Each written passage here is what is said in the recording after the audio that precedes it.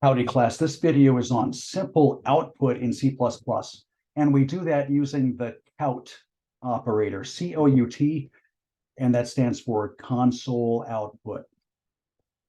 Now, we use this special reserved keyword, COUT, it's part of the standard namespace, and in conjunction with what's called the stream insertion operator, which is a very long term for just two of the less than signs put together, less than, less than. And this indicates sort of a direction of flow of output.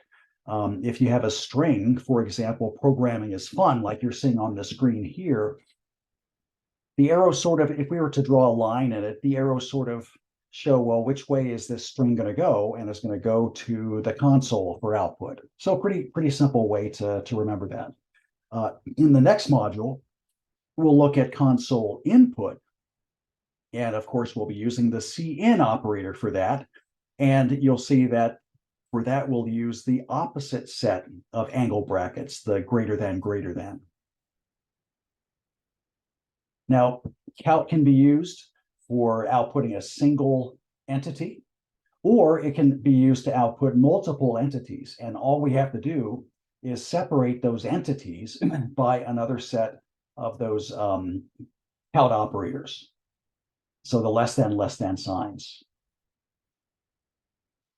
Now, we'll see that creating the end line character is something that we have to manage explicitly in programming in C++. Python gives us a free one, but C++ doesn't. So what we mean here is that when you output a string to the console, unless you also output the return character, and that's the character that will give us a new line and return the cursor to the beginning of that line, we have to explicitly write that into our code. And there's two ways to do it. One is we'll just use ENDL, and that manipulator is for an end line. And then another way is, well, we can just use a two-letter sequence embedded inside of a string that will give us that return character. And that's a \n. Now notice that the \n, the backslash is the character that's above the return button on our keyboards. It's not the / one that's next to the shift. And what \n does is whenever the compiler sees that contained within a string, it knows to output the return character. So you can see here in this on this PowerPoint slide that the \n, it is contained within that string. How do we know that? Well, it's between both sets of double quotes. So that means that the compiler will literally output programming is, and then literally output the return character, so we get fun on the next line.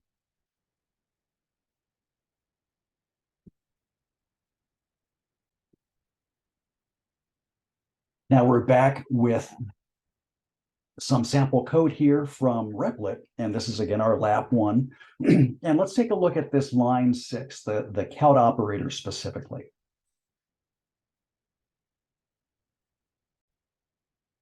So it's this part right here we will take a look at, and we'll see that count is very flexible. It's very easy to understand. And just in a nutshell, it's going to take everything that we tell it to and just give it to the console. First, I'm going to minimize the sidebar here, and that gives us a little bit more real estate. And I'm going to zoom a little bit as well, zoom a tiny bit more. And this sidebar is the panel that gives us the navigation, and we can minimize it because we're just working on one file. So, the count operator here, very flexible. It can output a variable, it can output a string, it can output a number of things. So here's an example. Let's say we have a variable int value equals 15. So there I've declared a variable called value and assigned the integer literal 15 to it. So here, if we were to do that to output the value, we will get a 15 over here in our console. and it literally printed out whatever value currently has. Let's change value now to something even bigger and run it, and we'll see that that even larger value is now displayed. Now, the count object is very flexible because we can just put additional entities to be output there in the same line. So let's suppose we had a value 2. Here's int value 2. And we'll just do that. And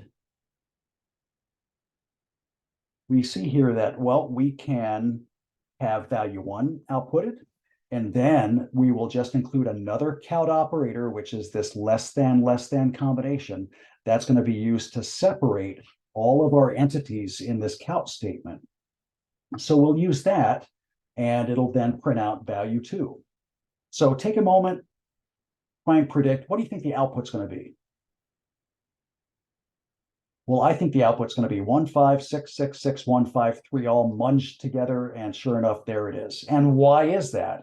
Well, it's because we didn't tell the compiler to print out anything other than what we told it to print out.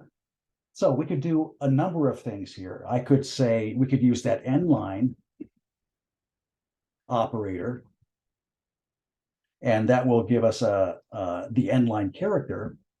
And let's do this for both.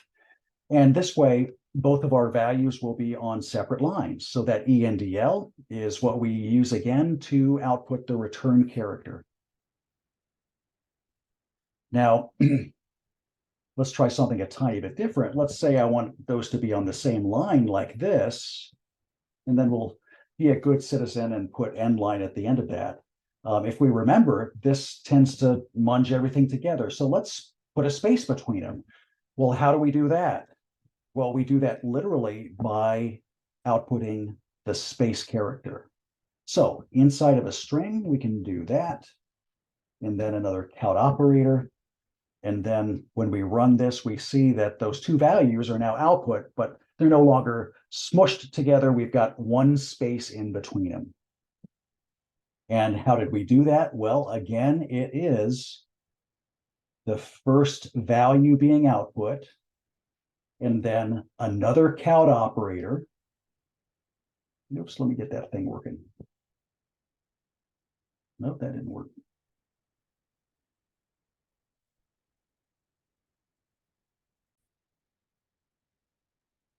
Okay, and anytime we wanted to add something else, well, we just make sure that there is a count operator here separating each of these entities. The first entity that we saw here was a variable. The second entity here is the space character. The third entity here is another variable. And then the fourth entity is the end line character. And I'll run that again to show that result. Now let's suppose that we have a string, and let me start a sort of different code block here. And I'll do my own name there. Keep in mind that C++ requires all of its statements to be terminated properly. What does that mean? Well, it tells the compiler, where does this statement end and where does the next one begin? So what C++ does for that is it, again, uses that semicolon to delineate the start and end of statements. So you'll see all of these valid statements need to have a semicolon behind them. Now here I've got a name that's a string. Let me put this on. I've got a string variable called name and then assigned my own name to it. And we'll see that count works just like that as well. And if I were to run this, then we get those numbers as we had before, but then we'll get my name. What are we actually outputting? Well, it's outputting exactly what we tell it to in the exact order. So it's first going to print out whatever name is holding as a variable, and then it's going to output the end line character, which gives us the new line. We could also do it this way. let's see, I'll do my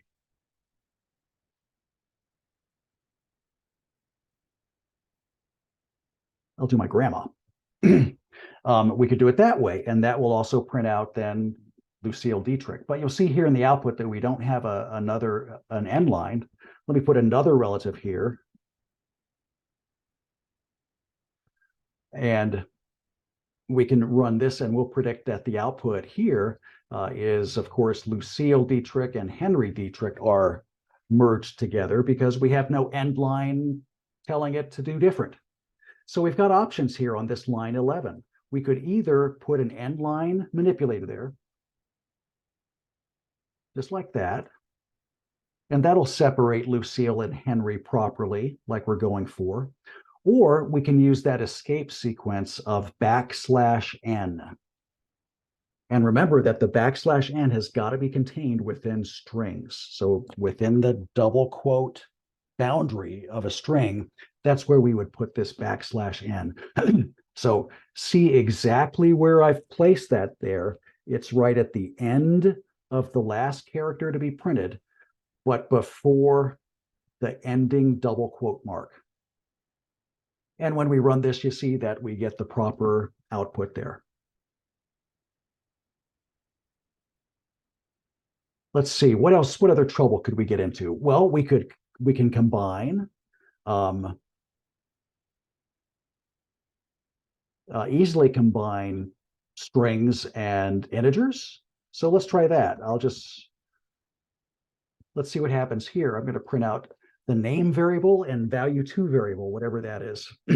First, let me put in a couple of \n's there to get some separation in our output there. And yep, notice here you can put \n's as many as you want, and each one will give you an additional carriage return.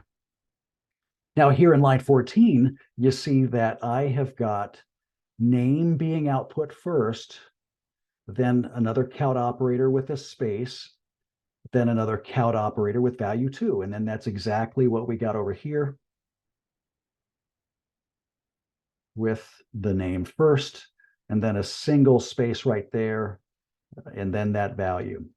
So always remember in printing here, in simple output especially, that the compiler is going to output exactly what you tell it to.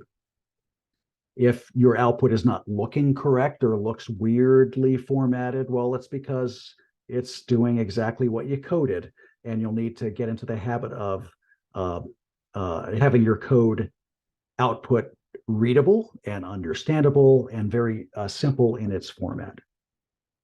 All right, well, I hope this helps with simple output, and good luck, and we'll see you online.